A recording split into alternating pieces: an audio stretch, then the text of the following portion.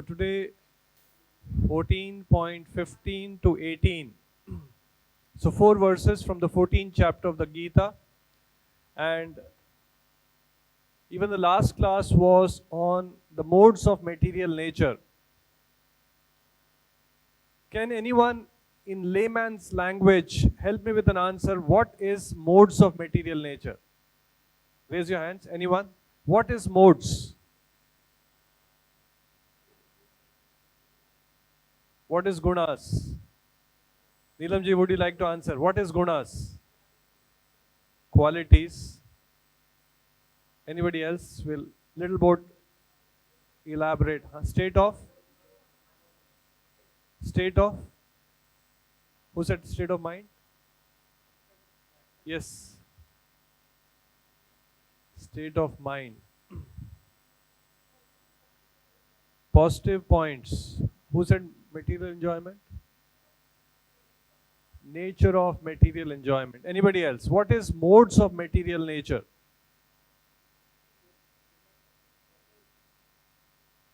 Yeah. So, broadly speaking, there are two energies of the Lord. What are the two energies of the Lord? Spiritual energy and material energy. The influence of material energy is characterized in three ways in which the material energy acts on the jiva. That is the three modes of material nature: Rajoguna, Tamoguna and Sattoguna. So these verses will be talking about what is the influence of the modes on the living entity. What's the influence? Our gratitude to Srila Prabhupada, because of his purports, his explanation, his teachings, we have access to this confidential knowledge. This is the 15th verse. When one dies in the mode of passion, he takes birth among those engaged in fruitive activities. And when he dies in the mode of ignorance, he takes birth in animal kingdom. Now, all of us, we did not choose which family will take birth. Anyone remembers? You were given a choice. Just like when we apply for a job, we have options. When we go out looking for a house, we want to buy a house, we have options. Depending on our budget, depending on so many other parameters, we decide, okay, this is good for me. Does anyone remember that we were given a choice? Which family you will take birth, what gender you would like to have, which nationality. We all opened our eyes, found ourselves in a particular family, and our journey began. So here it is said, based on the gunas which are predominantly influencing the soul, if a person dies where predominantly he is in tamoguna, even if he is a human being, next life he takes birth as an animal. And if he is in passion, he takes karmanah daiva netrena jantur deha utpatyate. Karmanah, according to his activities, daiva netrena, under divine supervision, jantur, the living entity, deha utpatyate, gets a body. So it is not happening by chance. It is not by chance somebody is born blind. It is not that by chance somebody is born in rich family. Although it appears, just like for a villager who does not know anything about aerodynamics, by chance the airplane is flying in the air. It is somehow flying. It's somehow flying. But there are people who understand the laws which are governing that aeroplane, because of which it is flying. So for a common man, it does not matter.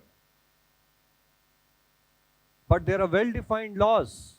Why somebody is born in a good family, a bad family, somebody is born hale and healthy. As far as doctors are concerned, they will give an immediate cause. For example, while a person is born blind, the mother was anemic, there was a fetal development got retarded, and as a result, the child is born blind. But now from the perspective of the child, why that Atma, that soul, had to take birth through a mother who was anemic, and thereby whole life suffer blindness. Mother was the immediate cause. The ultimate cause is our gunas and karma. Guna karma vibhagasha. So when one dies in the mode of passion, he takes birth. Now some people are very passionate. The whole family is passionate. Everyone is very passionate. So to get birth in a passionate family. All driven by work, increase, double it, greed. And when one dies in the mode of ignorance, he takes birth in animal kingdom. Some people have an impression that once we get human birth,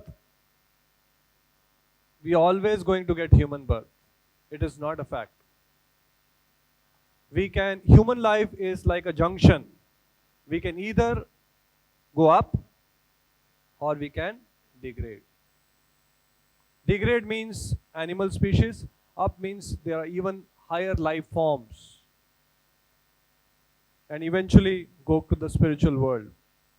If one develops mode of ignorance, so human life is a great opportunity that we can elevate from tamoguna to rajoguna to sattva and from sattva to shuddha sattva. Pure goodness, untouched by any material quality. Therefore, those who are actually serious about human life should strive for elevating from the lower modes. Otherwise, we are not even conscious of the danger. Every one of us to die, and we have no clarity as to what happens after death. Will a man be called successful if he passionately works whole life, earns a lot of money, lot of wealth, living in a palatial bungalow, and Atma does not die? It's the body which dies. Body is temporary, Atma is eternal. What if in next life, the same Atma, the same conscious being takes birth as an animal?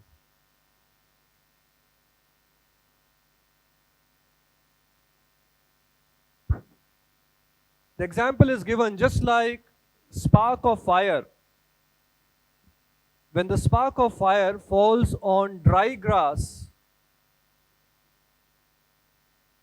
it can get reignited as fire. If the spark of fire falls on wet grass, it remains as a spark for some time and gets extinguished. If the same spark of fire falls on water, it gets completely extinguished. So we are spark of consciousness, Mamaiv Amsho. We have the consciousness of Krishna, consciousness of God. If that spark of consciousness come in touch with Sattva Guna, then there is a chances of revival of Krishna consciousness. It's like a dry grass. If it is in contact with Rajoguna, it will be there and it will extinguish. That Krishna consciousness, God consciousness, understanding of higher things, there is life after that, there is God, there is connection with God, I am accountable for actions, all that good knowledge is gone.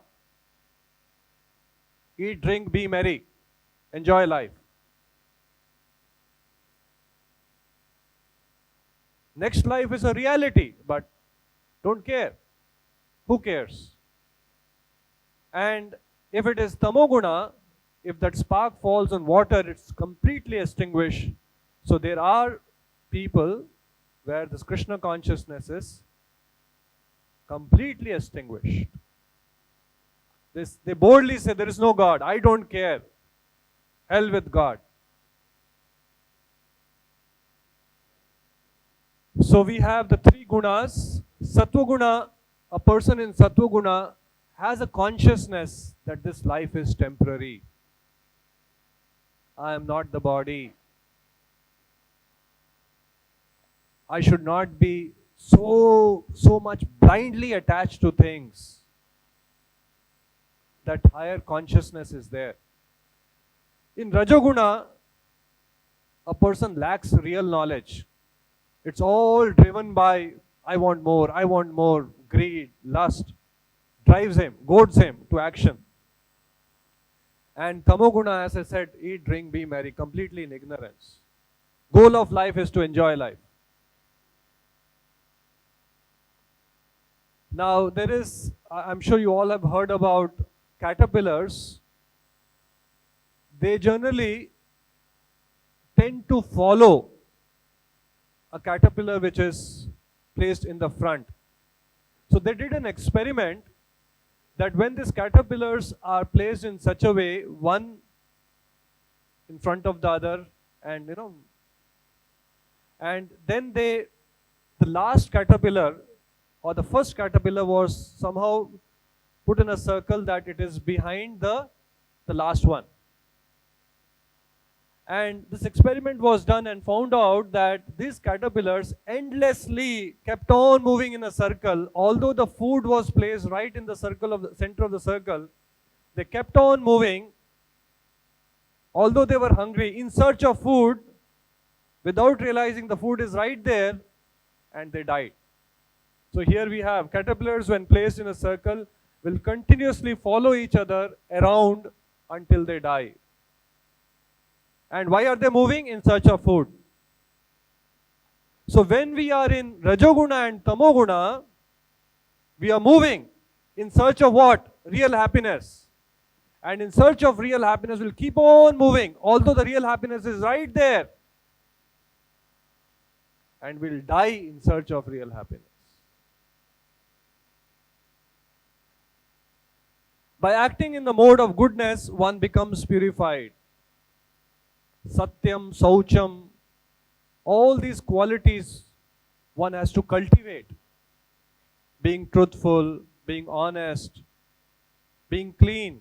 So therefore today morning we were discussing about, in the Ashtanga Yoga process, this Yama, Niyama. Yama means regulated lifestyle. Niyama, rules and regulations, rules, do's and don'ts. When one regulates one's life in mode of goodness, in Sattva-guna, one becomes purified. Work done in the mode of passion results in distress, in misery, in pain. And actions performed in the mode of ignorance results in foolishness. How many of us feel that we are predominantly in Tamoguna?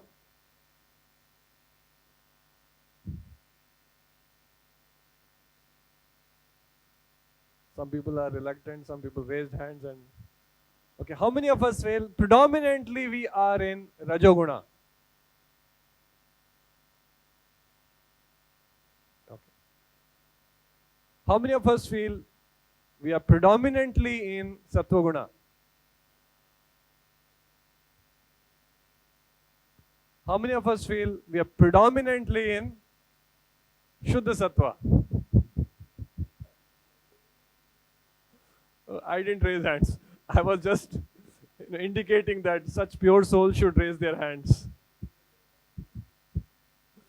So, yes, there could be a person who is predominantly in this thing, but always we are influenced by mixture of modes. Even in a day, you will realize many times we are in Sattva-guna.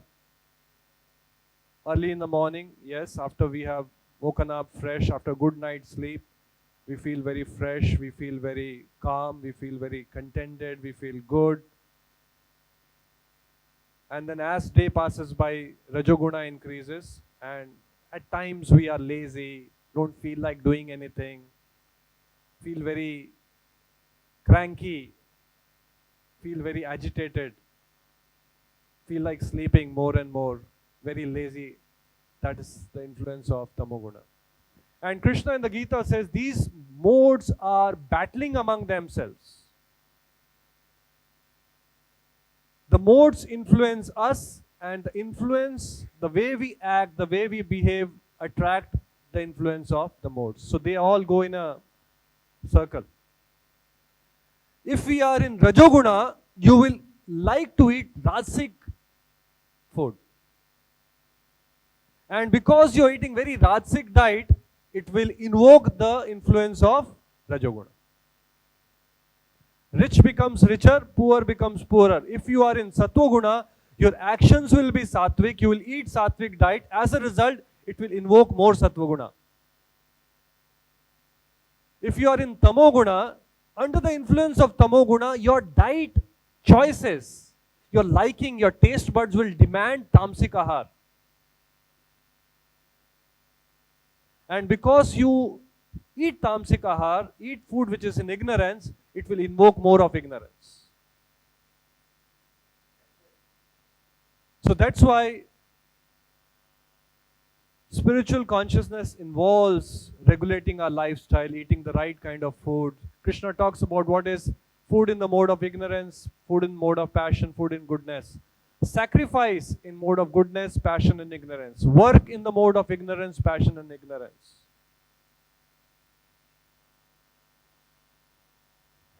So work done in the mode of passion results in distress, and actions performed in the mode of ignorance results in foolishness. Activity performed under the spell of mode of passion, there is definitely great misery. That action itself is very painful or rather very tiresome, and the result also, immediate pleasure may be there, but in the long run it brings in misery and pain. Ignorance, work done under ignorance, it's misery in the beginning, misery in the end. Passion may have pleasure in the beginning, but poison in the end. Karanam guna sangasya sad asad janma yonishu. Karanam guna sangasya are gunas influencing us. Janma, our birth, sad asad yonishu. Sad means good birth or not so good birth, fortunate species. It's all dependent on karanam guna sangasya. Now animal life is always miserable. Now when we are in tamoguna, we glide towards animal species. The soul glide towards animal species. And sometimes I was having a discussion with a person. He says, next life we'll become animal. We can become an animal. Human life is, we have to lead very responsible. So that person, he said, what's wrong? What's wrong? Animals don't have to. In fact, just jokingly, we were just watching down a window, so one of the devotee remarks, they don't have to get up early in the morning, chant their rounds. They don't have, responsibilities like many of us have, go to the office. They are free. So one person actually remarked, what's wrong if we get animal birth? Can anyone help me with that? What's wrong? What's wrong? Animals are free. They don't have any responsibilities. Huh? Human intelligence is missing. What else? Spiritually, they cannot grow. They have no free will. You see, this all animals, if you just see, they act impulsively. They're programmed to act in a particular way. Carnivore animals are carnivores. You can't force a cow to eat meat. You can't make a tiger eat grass. You throw a bone to a dog, it acts impulsively. Human being has its developed species because we have got developed intelligence to discern, to discriminate, to make the right choices. In that sense, human form of life is far more developed, far more advanced. Of the 84 lakh species, there's 4 lakh species of all the species, plants, birds, aquatics, reptiles, animals, and finally it's the human birth we get. Animal life is always miserable, although under the spell of illusory energy, one thinks that I am happy. That's the spell of Maya. Even in a very deplorable condition, one thinks that I am happy. What's wrong? So one time it so happened that Lord Indra was cursed to become a pig. And you know, pig, where do they stay? Completely filthy place, stool all around, all garbage. And then that pig had piglets and pig wife. And you know, you are given imprisonment for a certain period of time.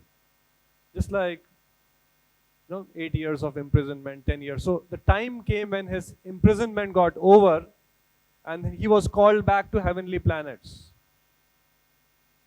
But by that time, King Indra, in the pig form, with his wife, with his children, everyone, and with that environment, got so used to, he says, no, I'm happy here. I don't want to go.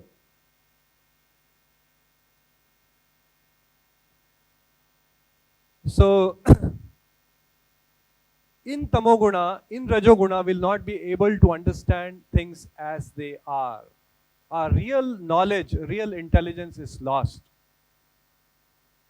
We will also very confidently say, what's wrong? What's wrong?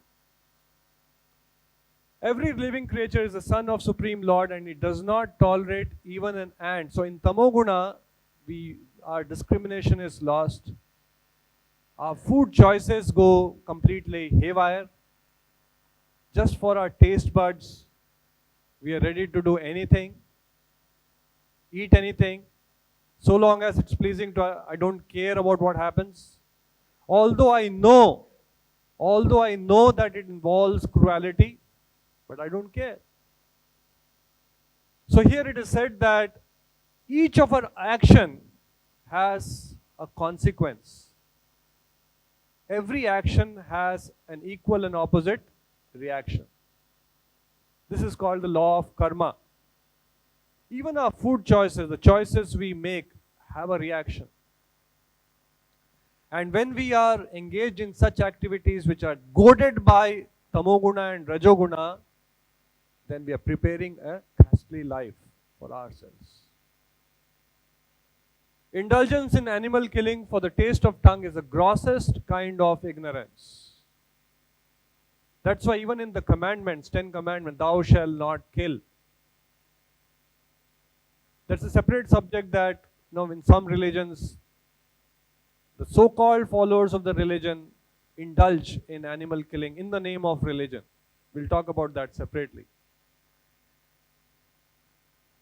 So we'll move. Of all the kinds of animal killing, the killing of cow is very, very abominable. It's very most vicious kind of a sin.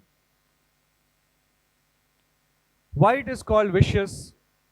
Prabhupada even said that if you cannot live without eating meat, eat meat of lower animals like chicken or maybe mutton, or because cow killing, namo brahmane devaya go brahmane hitaya cha.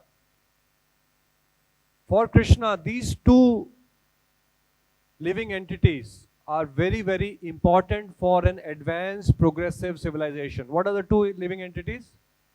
Brahmana and cows. They are very, very dear to Krishna. Dharma sanstapnarthaya sambhavami yuge yuge. And who brings sanity into the system are the Brahmanas. Not the caste Brahmanas. I'm not talking about Brahmanas who have taken birth and claiming by birthright, yes, I am Brahmana. Brahmanas means Brahman janati ti Brahmana, who knows Brahman, who understands spiritual science. Pathan, Pathan, Yajan, Yajan, whose work is to study, Pathan, to teach others. yajan, to worship the Lord, to motivate others also to worship the Lord. Such brahmanas are very dear to the Lord. Go brahmana hitaya cha. He is a well-wisher of the cows and the brahmanas. That's why in many Vedic ceremonies the brahmanas are called, brahmanas are fed. Krishna is very pleased when the brahmanas or his devotees are served. Jagadhitaya Krishnaya Govindaya Namo Namaha. The present human civilization is, of course, grossly misled by the modes of passion and ignorance. Many times people wonder, India is said to be Dharam Bhumi, then why there is so much of poverty, there is so much of violence, there is so much of chaos, all kinds of. It's supposed to be Dharma Bhumi, it's supposed to be a place where the Lord descended, Vrindavan is there, holy places are there. The influence of Kali is so strong, the influence of, the Gunas. Unfortunately, who is the largest exporter of beef in the world? India.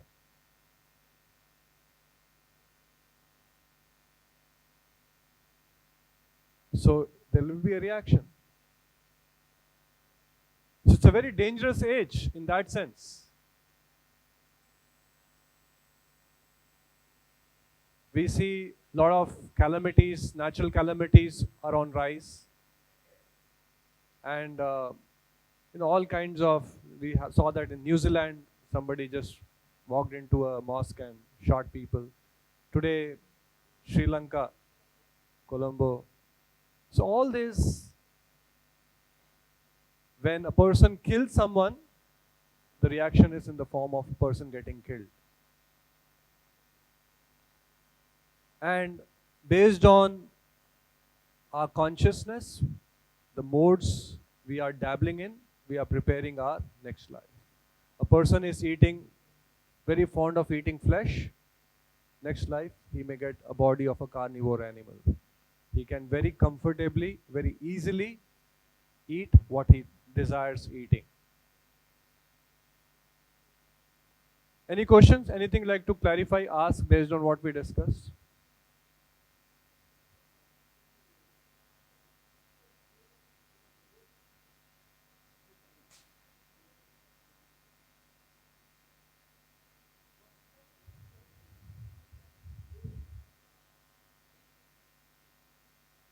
So, good question. The question is, if one dies in the mode of goodness or mode of passion, generally, even Krishna also says, yam yam vapi smaran bhavam tyajti ante kalevaram.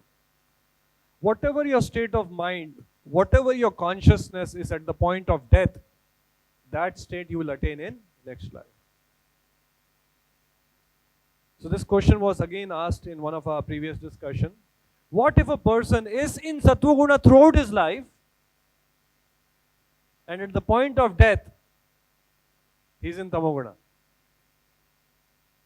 Or, for that matter, throughout the life he was chanting, remembering the Lord, and at the point of death, by mistake, he remembered something else.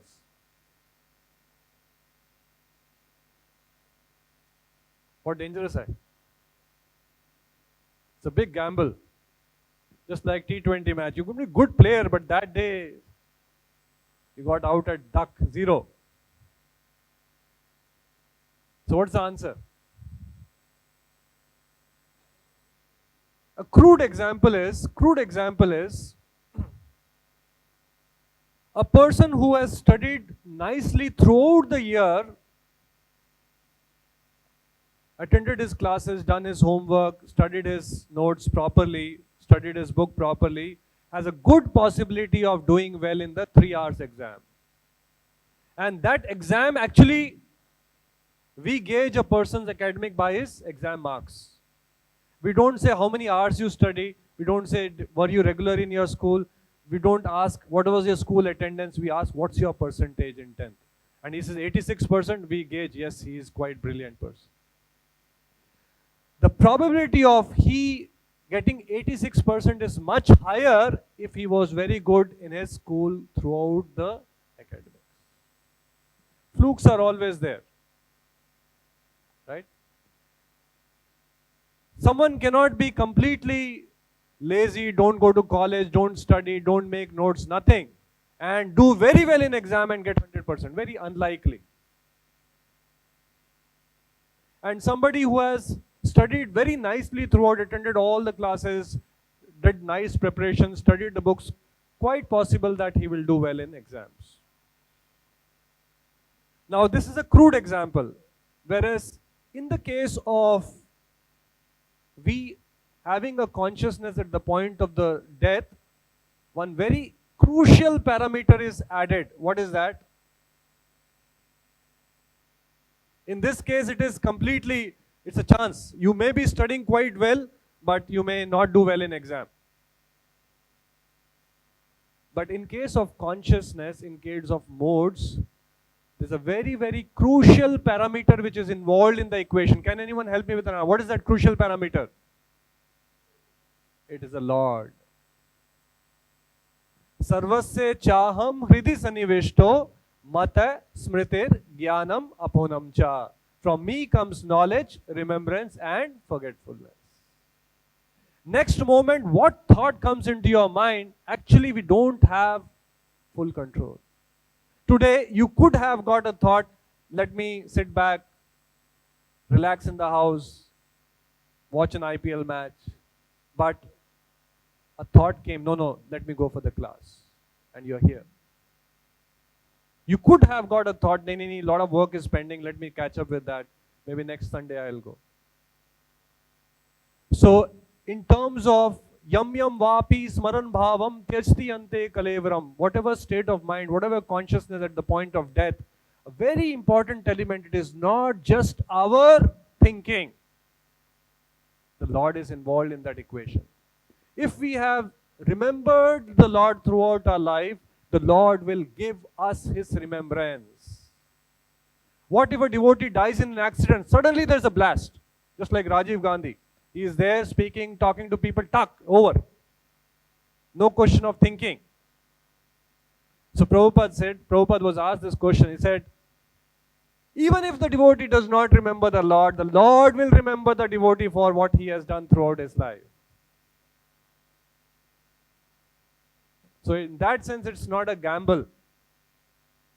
If we have led a sattvic lifestyle, if we have cultivated sattva guna, we have engaged in serving the Lord, chanting His holy name, the Lord will bless us with the influence of right gunas and right remembrance at the point of death.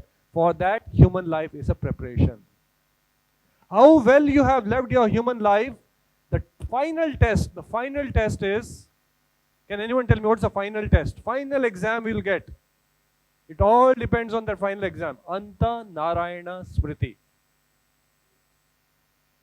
The final test is if you can remember the Lord at the point of death.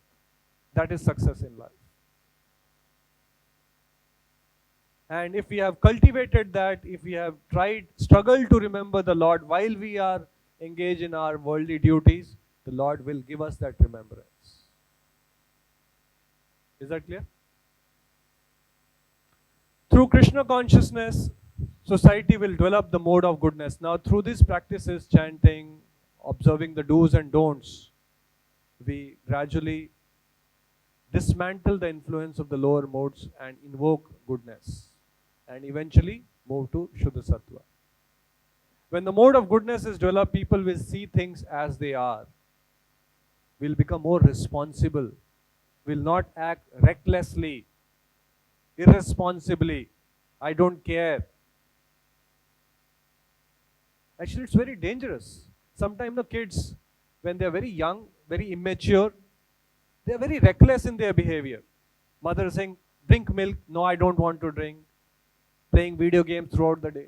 Parents can see through, because they are more experienced, they can see through that why doesn't he listen to me? Same way, when a person is enlightened, he can actually see that people are acting very recklessly. It's very dangerous. We also see many times, people come, Swamiji, when they are in, bad times, they cry and, very emotional. We come across a lot of people. A lot of people do call us at times when they are going through bad phase. And we also see people when they are in good times, completely oblivious of God, completely eat, drink, be merry, that spirits. Dukh mein sumiran, sab kare, sukh mein sumiran, kare na koi. A person in Krishna consciousness, he is not remembering Lord just because he has some dukh. He is cultivating remembrance of the Lord because he knows that's the right thing to do. Now, when acid and acid is mixed, what happens? Acid and acid is mixed, what happens? No reaction. When alkali and alkali is mixed, what happens? When acid and alkali is mixed, what happens? There's a reaction. When two tamasic people come together, what will happen? They'll be very comfortable. They'll enjoy each other's company. When two sattvic people come together, what will happen? No reaction. They'll enjoy each other's company. When a rajasic person and a tamasic person, or a sattvic person and a tamasic person come together, what will happen? There will be a reaction. Birds of same feather flock together. And that's how we see many times, if one person in the family is Krishna conscious or practicing Krishna consciousness, invariably it leads to some kind of misunderstanding in the family. Some kind of even confrontation, some kind of even fights, because birds of same feather flock together. A person is cultivating sattva guna, he wants to eat sattvic food. The other person is rajasic in his nature, eats rajasic food, has his whole behavioral tendencies which are rajasic, and there could be clashes. In the mode of ignorance, people are just like animals and cannot see things clearly. Because people have no education of actual knowledge, as a natural consequence of cannot see things clearly is they act irresponsibly. Now here is a good example of what this human life is meant for. Although you may not be able to see, I'll explain briefly. So we have the living entity, the person, he's actually bound, pulled. What are the ropes which are pulling him? False prestige, ignorance, anger, lust, greed, envy. Pulling him where? Down. Blinding him down, pulling him down.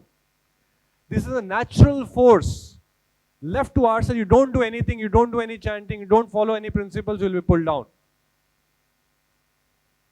That's a natural current. There's a natural inclination.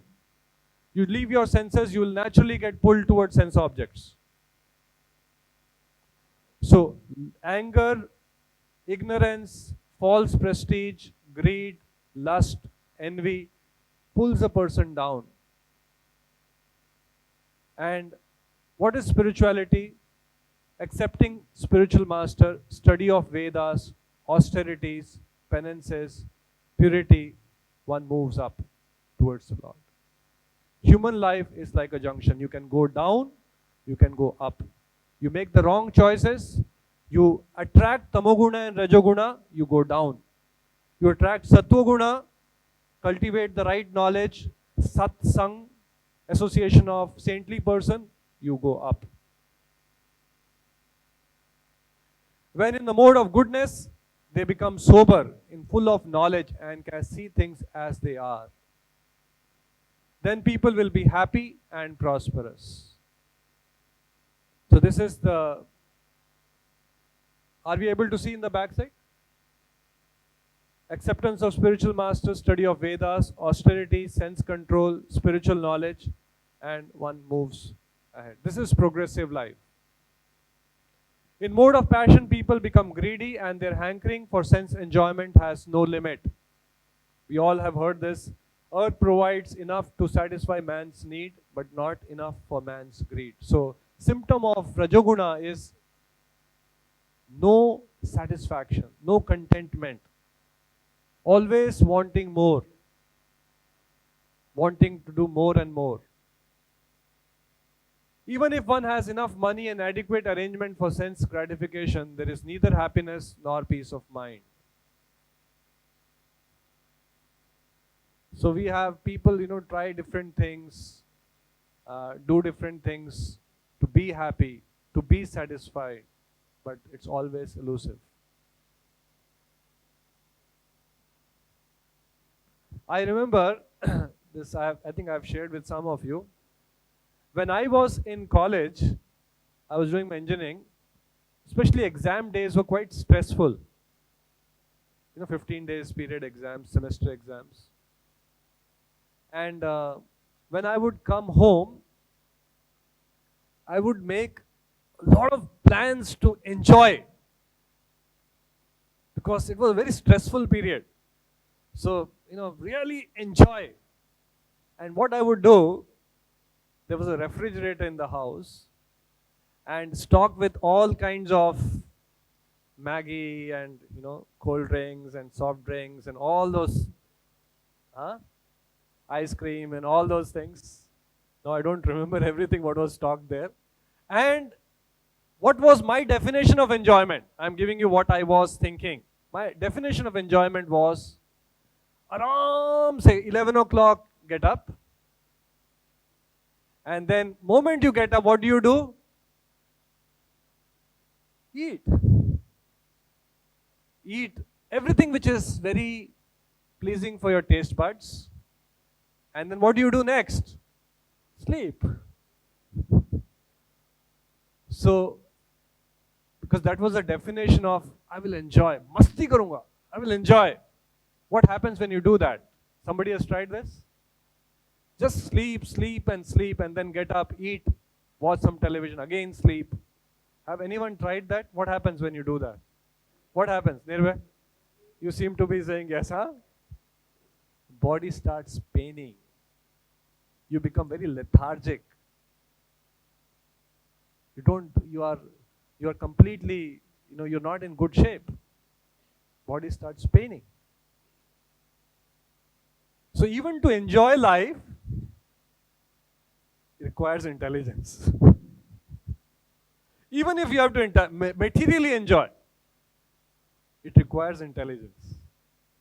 It cannot be just jo bhi man mein aaya kar liya. You require, because the laws are working. Body is operating, some laws are there. That's why Krishna says one who is regulated in his eating, sleeping, recreation and work can mitigate all material pains. Even if a person has to enjoy materially, unfortunately in today's world people are so foolish, I would say. The understanding of material enjoyment is just, be reckless and do it. Jo man mein aaya kar do. जिसको छूना है छू लो, जिसको खाना है खा लो, जो करना है कर लो. Actually, momentarily we may get happiness, but we mess up our lives. If one wants happiness at all, his money will not help him. Money is required for our roti, kapda, makan, for our, we are not denying that money is not important parameter in the equation of happiness. But it is not true that a person who has more money will be more happy. He has to elevate himself to the mode of goodness by practicing Krishna consciousness. In the mode of ignorance, people actually become mad. Who is a madman? Who was oblivious of reality. Now, this is a very unpalatable, difficult thing to see. You know what this man is eating? Human fetus. This is actually a reality in Taiwan and few other Far East countries. They've even started eating human fetuses. Aborted fetuses are available and you can actually eat them. Being distressed by their circumstances, they take shelter of intoxication and thus they sink further into ignorance. Their future life is very dark. You go on the YouTube, you can type live monkey, eating live monkey. There's actually a restaurant where there is a circular table, a monkey is brought in, and the table is folded in such a way that only the head of the monkey is above the table and it cannot move, the body is below the table, and only that circular opening in the table is what, because you have closed the table flap, so it is there. And then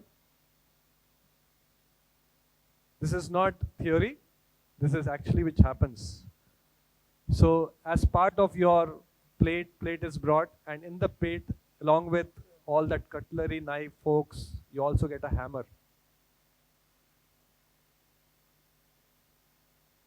Now think about to what extent man can get degraded. And what they do with the hammer?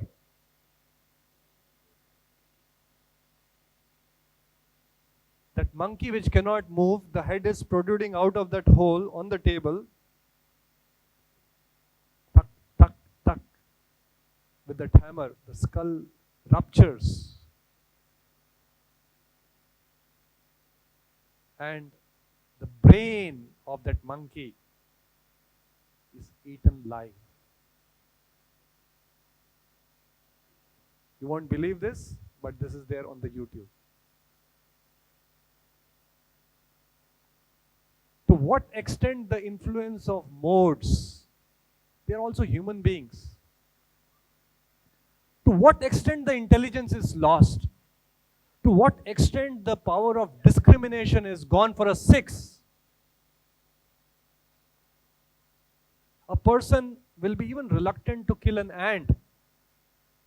Sometimes, believe me, it happens, and I'm not glorifying myself. I use mosquito net. I avoid, killing mosquitoes. So sometime by mistake, if a mosquito enters the net and the whole night you realize that you are getting bitten by a mosquito, then I spend considerable period of time to remove that mosquito from the net rather than killing it, because I don't want to kill. And just for your taste buds, you are so fallen that you are. And there is another video, live octopus. The backside of it, because it's very delicate, the skin that is slit, the octopus is moving. It's moving, and you're scooping that flesh out of it, whatever that it is, and eating it. They sink further into ignorance. Their future is very dark. So here, these are all laws operating. Unfortunately, man, out of arrogance, out of his pride, I don't care, I don't believe. So we have, based on the activities we do, we prepare our future. And every action has a reaction. Somebody was telling me when I was in the US, as you all know, a lot of people eat chicken, everywhere in fact for that matter. And you know how many days it takes for an egg and then getting converted to a chicken and finally going to a slaughterhouse to get, how many days? Who said 40 days? You heard from me? I had told once. So 40 days it takes generally. It could be more, it could be less. It takes 40 days. Now where are these souls coming from?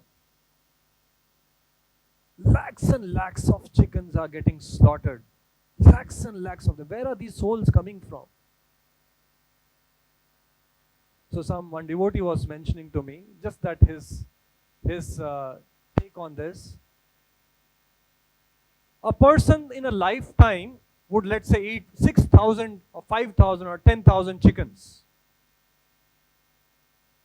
What happens as a result of what he has done? What will happen? The soul will take birth as a chicken, 40 days slaughtered, next chicken slaughtered 40 days, next chicken slaughtered 40 days, next chicken. So many lifetimes that soul will have to go through to pay for what he has done.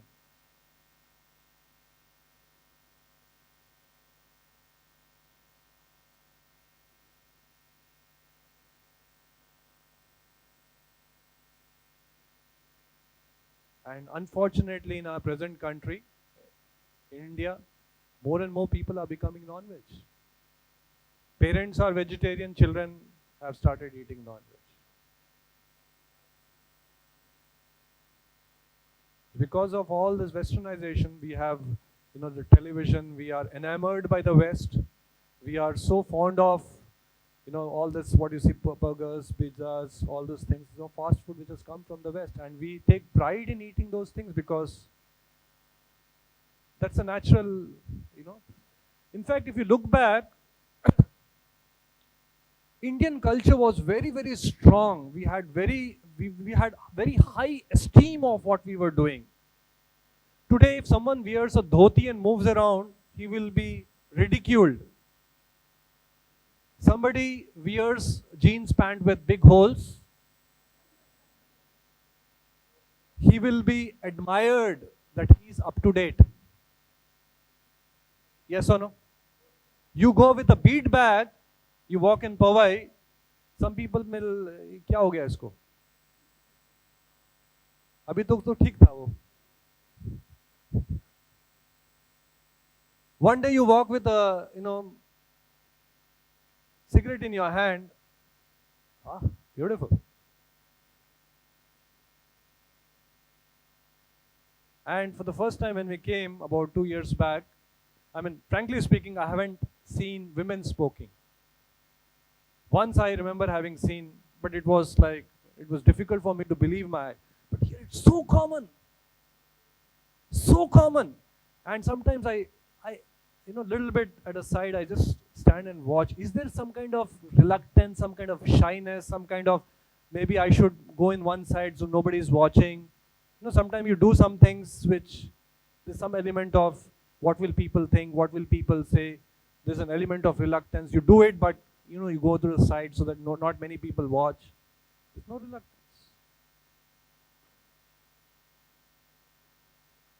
So it's all because of this westernization, the Western culture, and we have lost. This was actually systematically, our respect for our values, for our culture was systematically dismantled when the Britishers came in. It was their agenda. How would they capture us unless we lose respect for our own values, own culture? In fact, Macaulay, there's a saying, in 1856, he went back to to England after studying the Indian thing. He said, it is such a prosperous country, not one beggar, not one thief. Such wonderful values. I don't think we'll be able to subjugate them unless we break their very backbone, which is their rich culture and traditions. And that's how, all this textbooks, what we studied in our schools, it talked about, how this is, caste system, it is immoral, social reformers came in, and actually it is all, it's talking about this. So we actually lost self-esteem, lost respect for our culture. Anything which was foreign, we had respect for that. Anything which is Indian, anything which is our own, we found it is outdated.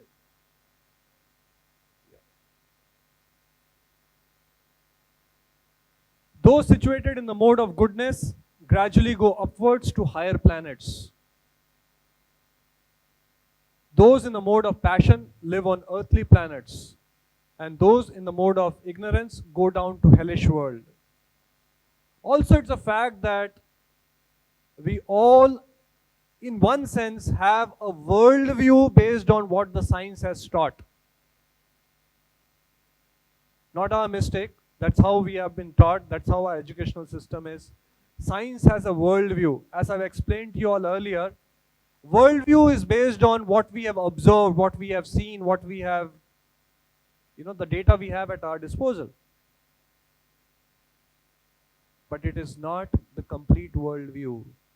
It is not the perfect worldview. Even science accepts that. Our theories are changing. Worldview is changing. There was a time when man believed atom is the smallest particle. The theory changed. Then quantum theory came. The theories are changing. Science is all about hypothesis, experimentation. logic, inference. And more data we have, the more and more our understanding of the world is improving. Research is all about that. Get more data, get more this thing, and then our world view changes. So it's a fact that life is not only in this earth planet. There are heavenly planets and there are lower planets, hellish planets. There is upper planet system consisting of heavenly planets, Swargaloka. Every religion talks about it, our Father in heaven. Now this is some idea of the universe, the understanding which we get in our Vedic literatures, the Vedic cosmology. A universe is called Brahmanda. Anda, you understand? Anda means egg, shape of an egg, Brahmanda. So in the universe, first there is Karuna Vishnu. There are three Vishnus. Everyone knows this? What are three Vishnus? Karuna Vishnu, from whose breathing comes different universes. In each of this universe, Lord expands as Garbhodakshay Vishnu. In that universe, there is a causal ocean, which is called Garbhodaka water. And in that, the Lord lies, Garbhodaka ocean, and from his navel stems a lotus flower. And on the top of the lotus flower takes the first birth, first created being of the universe, and that is Lord Brahma. He is also called Prajapati, also called secondary creator. The primary creator is the Lord, and then Brahma further creates Prajapatis. And in the stem of the navel of this lotus flower, you have the earthly planet, which is called Bhuloka, and then we have the higher planets, and then we have Tala, Vitala, Sutala. We have 7 lower planets, planetary systems. This whole thing of this higher planetary systems, the lower planetary system, the Earth, higher planets, middle planets, and lower planets, these all are part of a universe called Brahmanda. Like that, there are many, many universes. Even modern science talks about it. Stephen Hawking, he talks about parallel universes. So far we know about galaxies, the multiple galaxies, billions of galaxies in our universe. He coined a word called parallel universe, that there is another universe apart from the universe which we are part of. The highest planet in this universe is Satyaloka or Brahmaloka, where prime person of the universe, Lord Brahma, resides. So when we are in Sattva Guna, when we cultivate Sattva Guna, as a result of that, when we take birth in higher planets. And when we are in Tamoguna and Rajoguna, we degrade to lower planetary systems. And simply remain on this earth as king. If a person is predominantly in passion, then he resides in this planet earth. But because there is a mixture, it's not pure passion, it will be mixed with Rajoguna and Tamoguna, a person glides down. The result of developing ignorance is very, very risky. Beneath the human level, there are 8 million species of life, birds, beasts, reptiles, trees, etc. So this is how the evolution happens. The soul is constantly moving from different species, reptiles, then we have animals, and finally after many, many lives, a person gets a human birth. And then human birth also is not a fixed. It's not that after we've got the human birth, we continue to remain humans forever. We glide back or we elevate ourselves. There's an opportunity for men in the modes of ignorance and passion to be elevated to the mode of goodness, and that system is called Krishna consciousness. You can elevate, no matter where we are, we may be in deepest of Tamoguna, but by following the instructions of a bona fide spiritual master, authorized scriptures, we can gradually elevate in the lower modes. The Vedic process is actually aimed at elevating the soul over many, many lifetimes by taking baby steps. Just like if you have to come to the 5th floor, this auditorium, you can reach this hall by taking one step at a time. Step, step, step, step, step, first floor. Step, step, step, step, step, step, step, second floor. After the class is over, you reach the 5th floor. Or you get into an elevator, press 5, and you are right on the 5th floor. In Kali Yuga, most of us, let me correct your understanding, most of us are influenced by Rajoguna and Tamoguna. For us to come to Sattvaguna and Shuddha Sattva, by following the Vedic process, it will take many lifetimes.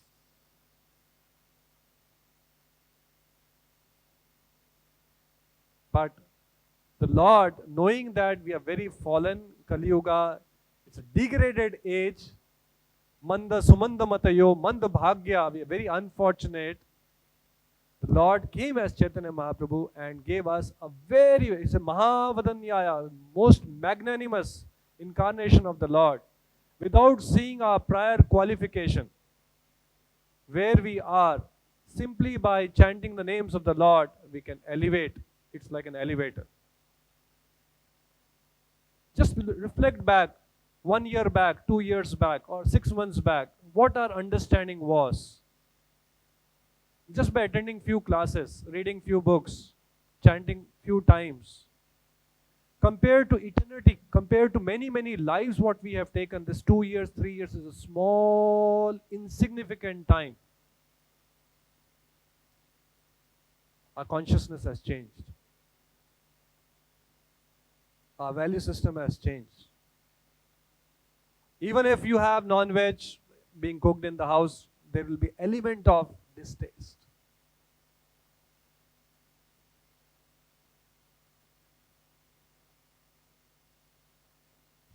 Any question? Anything like to ask? Yes. So 3 gunas are available every time, but predominantly there could be a person who is sattvic.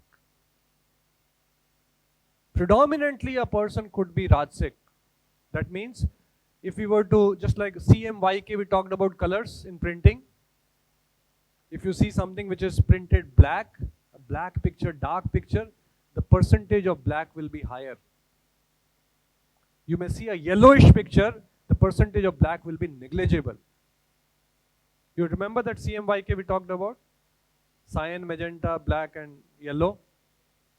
How by combination of these 4 colors, we can produce innumerable shades of colors. Likewise, we all have different consciousness. And that's because of combination. So some people may be having 80% Sattvaguna, 5% Rajoguna and 15% of Tamoguna. That is their base, and then variation will be there. In the daytime, 80%, 85% becomes 87%. We all have a base, and from that base we fluctuate.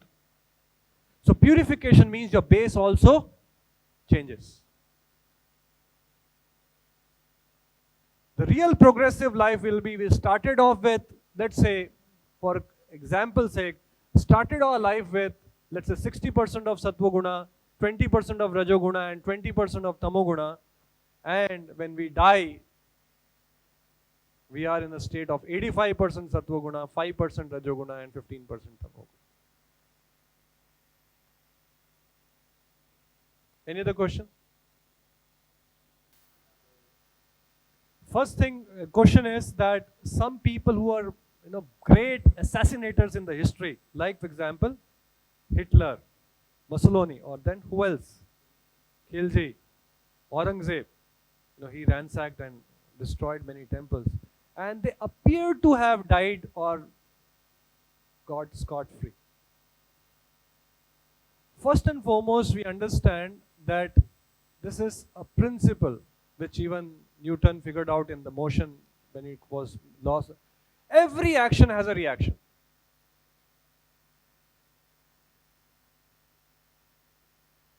Whenever you spend, you will be debiting your account. You may not be able to, your cash may not decrease from your pocket, but still every time you spend, you're buying something, you're debiting. So every action has a reaction. Now, this is how the Lord has designed this. This is the play of Maya. This is the play of illusory energy. This is what we are not able to see. We are able to see that he, worked hard and then, he has become now prosperous. Because of his hard work, he has become prosperous. Or because by hook or crook, somehow he cheated and made money and now he's enjoying life. So then we also get inspired. Hum bhi karenge. See, he looted, he cheated, he did all this thing, but somehow he had the right contacts and now he's flourishing. That is what the Maya is. Illusion.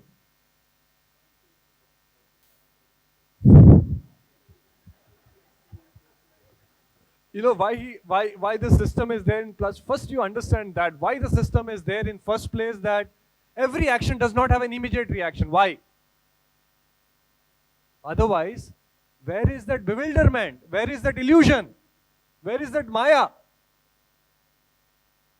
Where is that conviction you will get that eat, drink and be merry, enjoy life? That's why you cannot see things as they are. You feel that you can go do act and you can go scot-free. So many people have gone scot-free. That is Maya. But first principle, you understand that every action has a reaction. I give this example.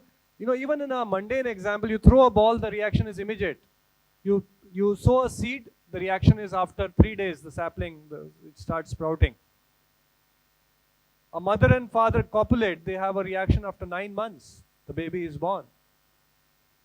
So we see even in mundane life how there is a time lag between action and a reaction.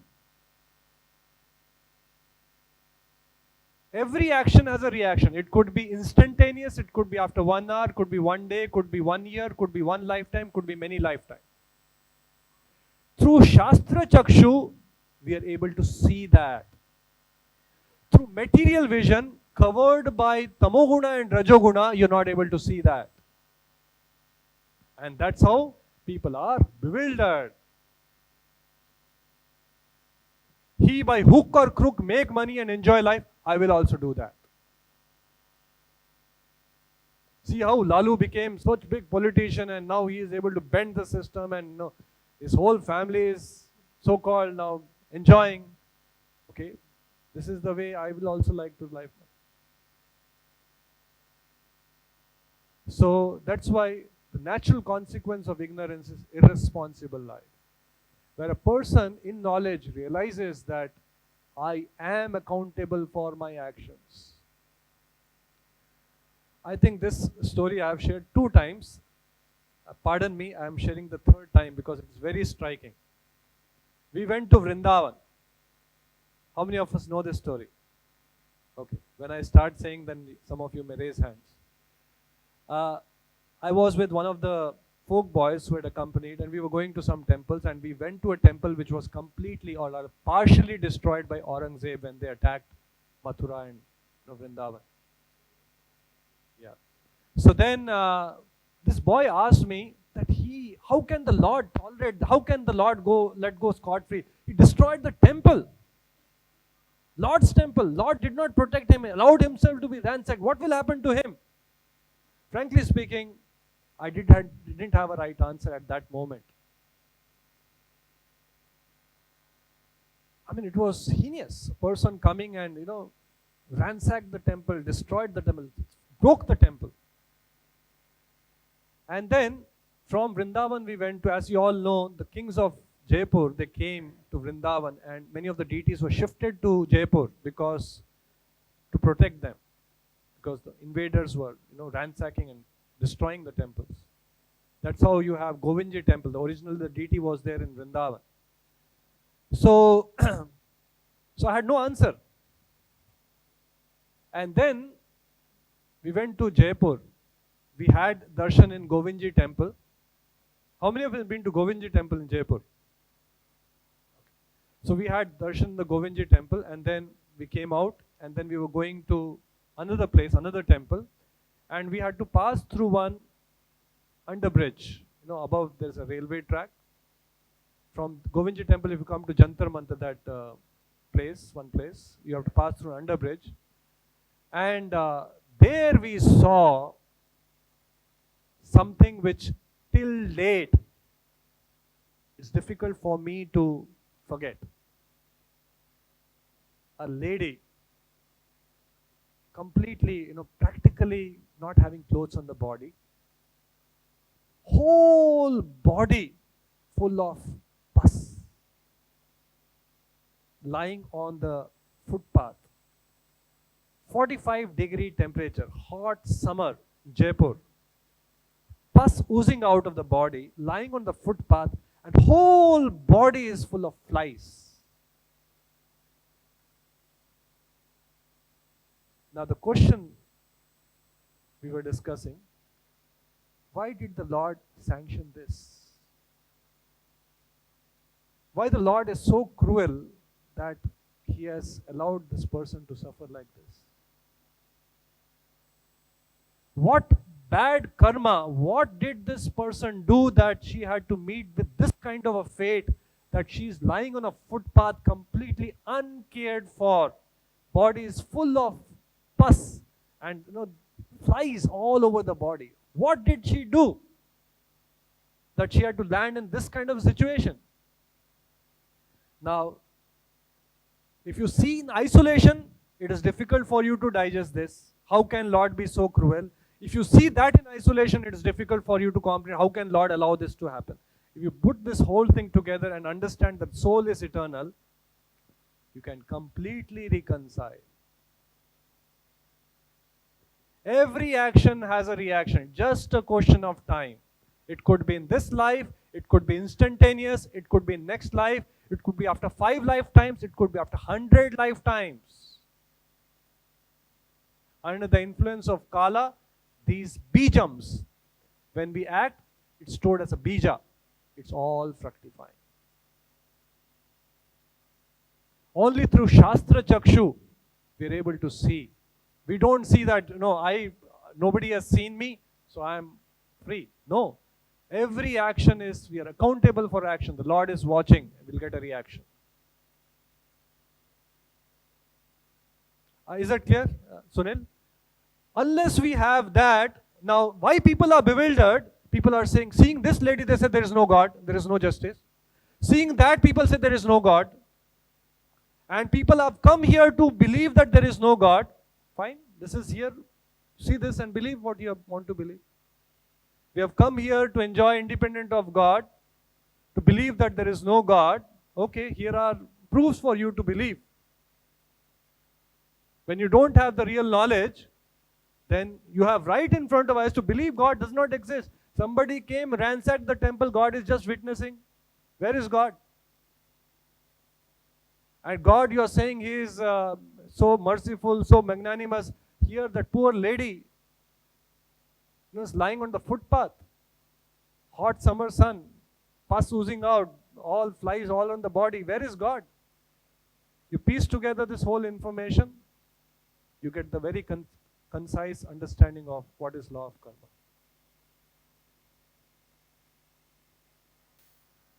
So that's why, although I have repeated, you require not just knowledge.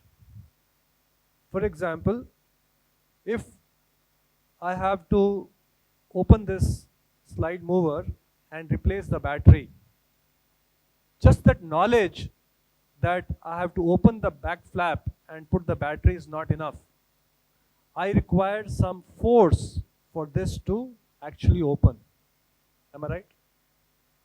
There could be somebody who may not be able to open if it does not exert the right force. So likewise, for this knowledge to put in action, we require some energy. To see things as they are, just theory is not enough. That's why Krishna in the Gita says this is most confidential knowledge. For this knowledge to put in action, for you to move upwards, you require a force. A force which will pull. Like for example, rocket, when it's to lift off, it requires some force, energy to propel it in the orbit. So that energy, that force comes in this present age. The recommended process is to chant the holy names of the Lord. I time and again say that actually it's a fact. You keep on reading, keep on theorizing, nothing will change. But we start chanting with earnestness, with sincerity, desiring to move upwards. Krishna, I want your mercy. All that big change will start happening in our consciousness. False ego will start dismantling. Real, genuine humility will start. What is humility? Many times we mistake humility means you walk very, soberly. Somebody shouts at you, don't. That's not humility. What is humility? What is real humility? Real humility means, Prabhupada, if you see in his lifetime, when he was going to America in Jaladuta, he says, when he's writing on his own in a Jaladuta diary, he's writing, Lord, I am an insignificant beggar. I have no power to speak. I do not know how I will convince them of your message. I am a puppet in your hand. Make me dance the way you want me to dance. I have no power to speak. That is his consciousness. But when he went there, he went to MIT and roared like a tiger. Boldly said that you are wrong. He even used harsh words. He met some Nobel laureates. He met scientists and challenged their theories, challenged their understanding very boldly. Now somebody may see in isolation and say, he's not humble. He's so, proud of his knowledge. He's trying to showcase that I know everything, as if, he's... On one side he's saying, I have no knowledge, I have no power to speak. Real humility means that without Lord I am nothing. With Lord I am everything. And he understands that if I have power to speak, it's because of Lord. If I am able to sing properly, it's because of Lord. Nothing is mine, nirmalam. That is humility. When a person becomes Krishna conscious, real knowledge awakens. Genuine humility is a natural consequence of that consciousness. He will be at time get angry also. Suppose somebody is trying to take undue advantage, he will retaliate also. He will even get angry. He may even give back. That is, humility doesn't mean that people just, run over you and then you are just quiet. That's not humility. Humility means the Lord is in focus. I am there because of Lord. All my power, all my ability, whatever I have is because of Lord. All credit goes to Him. When credit also comes, Swamiji, you did so well. Prabhupada was glorified. Single-handedly you spread the movement. He is untouched by pride. Because why? He clearly knows it's because of Lord. So we'll stop now. Any other question? Anything? Last question. What is the difference between Sattva Guna and Shuddha Sattva? A person can be in Sattva Guna and be like a caterpillar. He can lead a very morally and ethically upright life and go in circles in the material world without remembering Lord. Shuddha Sattva, so a person can be in Sattva Guna without God consciousness. There are a lot of people who are morally upright, very disciplined, get up early in the morning, eat natural foods, salads, vegetables, fruits. They are very sober, very helpful, be good, do good. But God is not in picture. There's a sense of complacence, sense of I am happy, the sense of contentment. which is a nice diving board, nice springboard for a person to move to Shuddha Sattva. But there's a chance of person settling down and that I'm happy. Because there's less misery there. There is knowledge there. So Shuddha Sattva is where you transcend the influence of these modes, come to pure goodness, and pure goodness is backed with consciousness of Lord. Yes. Shuddha Sattva is spiritual consciousness. Sattva Guna is material consciousness at its best. So Sattva Guna, the danger is if you are not in Shuddha Sattva, then the danger is any moment you can also slip into Tamoguna and Rajoguna. In Shuddha Sattva, the danger is not there.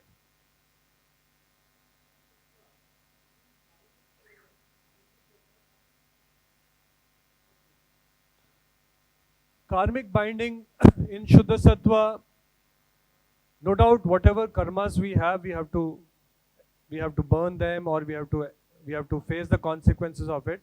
But in Shuddha Sattva, because you are in consciousness of the Lord, you predominantly disentangle. You are in the process of disentangling, removing all the past baggage, freeing yourself, freeing your consciousness, and moving upwards.